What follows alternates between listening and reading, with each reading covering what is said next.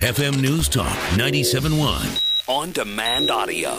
Republican primary presidential contender Newt Gingrich is on the phone with us. Good afternoon, sir. I appreciate you joining me. How are you doing? I'm delighted to be here in St. Louis. We're here with the National Rifle Association. I know, and I'm sad because I'm going to be in Wisconsin and Chicago this weekend, and for the first time, it's in my town, and I'm not even going to be able to be there. So please go see a lot of things for me and have fun. I wanted That's going to be great. Yes, I wanted to get into. There's so many things I want to ask you about. First and foremost, though, because we have the war on women, we have the Buffett role. I want to ask you about the primary. There are a lot of people right now who are saying that your opponent Mitt Romney has essentially sealed the deal. He has over half of the delegates needed in order to almost to the 1440 something count. That he's, for all intents and purposes, the nominee. You are still in the race, and even if you were to add your and Ron Paul's delegates together and even take some of Santorum's, it's not going to be enough to catch Romney. What is your plan at this point? And a lot of people would probably ask, why are you still in the primary? Well, first of all, just look at your own analysis. He's about halfway to the number he needs.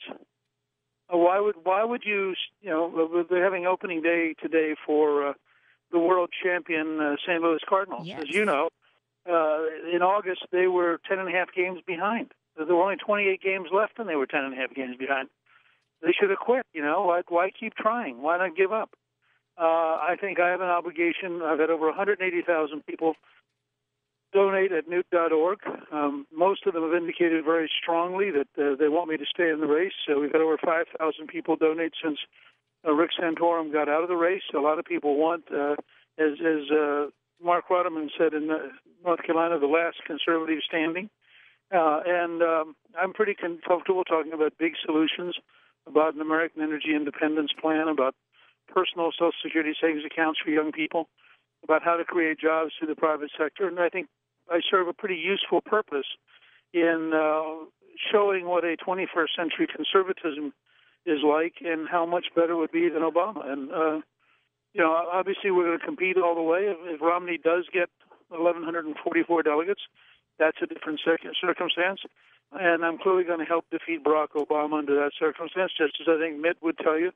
If I ended up as the nominee, he would help me beat Barack Obama. Mm-hmm. Now, when Santorum left the race a few days ago, everyone was asking where his supporters would go.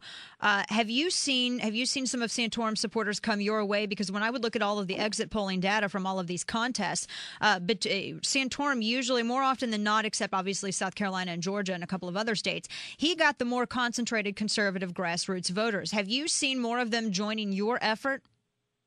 Yes, we have clear indications, for example, in Delaware and in Pennsylvania and in North Carolina, of folks coming our way from Santorum. We've had a number of right-to-life people, for example, who are coming our way now around the country, a number of people who are evangelical Christians who were for Rick who are coming around. And I can tell you that our folks, led by Mark Rotterman in North Carolina, believe that this whole concept of the last conservative standing is really getting a big reaction. We're going to be at a Tea Party meeting tomorrow in Greensboro, North Carolina, another Tea Party meeting tomorrow night in Raleigh, North Carolina. We're told that both have very big turnouts. People are very, very excited. And so we're going to keep campaigning. We've had great turnouts at fair houses. We've been doing volunteer fair houses in Delaware. We've consistently had standing room only in event after event, and people seem, the people whose states have not yet voted are grateful that they have a chance to participate in the process. They don't particularly like the elite media dictating to them that the race is supposed to be over. Right. And one of the things that the media is focused on as well, which you were explaining to CNN about the $500 check for that Utah contest. And you had said that you explained to CNN that the account had just been closed, that it wasn't because the campaign couldn't pay $500. It was just an account mix-up, is what you had said. It was one of those clerical boo-boos. It was just silly. And so we are we promptly reissued the check, and we're on the ballot in Utah. But it's the sort of thing which the news media promptly interpreted without having checked on the facts. It was not because we didn't have the money. It's because it was a technical error that the particular bank account had closed. Right. Speaking of the media, one of the big stories the past 3 days, and I've been burning the midnight oil following this story, is the Democrats, the war on women kind of exploding in their face, and they launched the war on moms with Hillary Rosen, who works at the PR firm run by Anita Dunn. You have been accused so many times of by the left of not being able to connect to women. What is your response now when you see Democrats? They basically busted up their veneer on what they really think of women when they decided to attack stay-at-home moms, and now you have within 24 hours the president, his campaign manager, Axelrod, the first lady, all trying to back away from this Democrat strategist. What's your response to this? Well, look, I think it was an outrageous attack and totally false, and I'm glad that they reacted accordingly. The Democrats are very conflicted right now because they would like to make a case they can't make.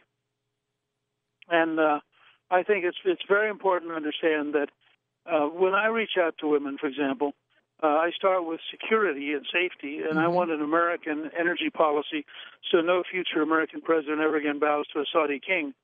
Mothers understand that. They worry about the future of this country. They worry about their children being involved in a foreign war. They would like to see a stronger, safer America. If I talk about the need to get the price of gasoline below $2.50 a gallon, every woman understands that because they particularly if they're mothers who drive their kids to soccer and drive their kids to ballet and drive them to school, and then they go to see their parents. By the time they go to work and they do all these other things, they're putting a lot of money in that car or that truck every week.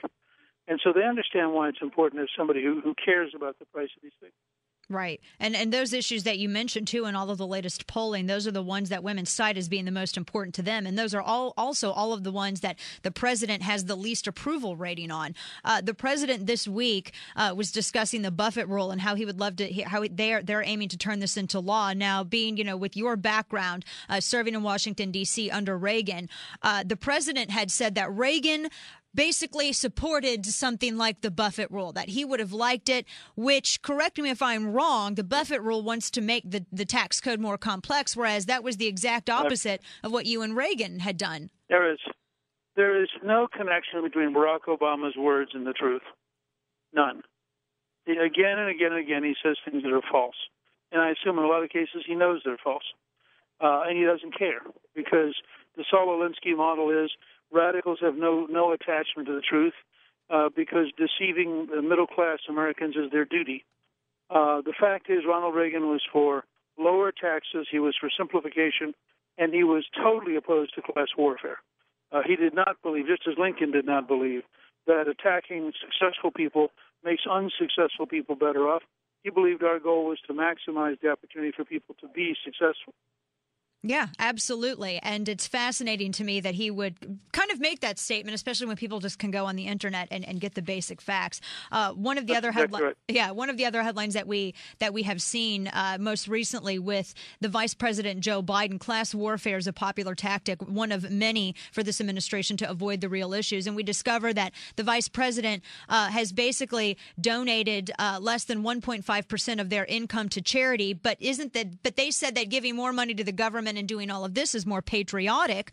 Everything that they throw at you and other Republicans are the very things themselves that they don't fulfill. I'm sure you've seen this headline. What do you make of this?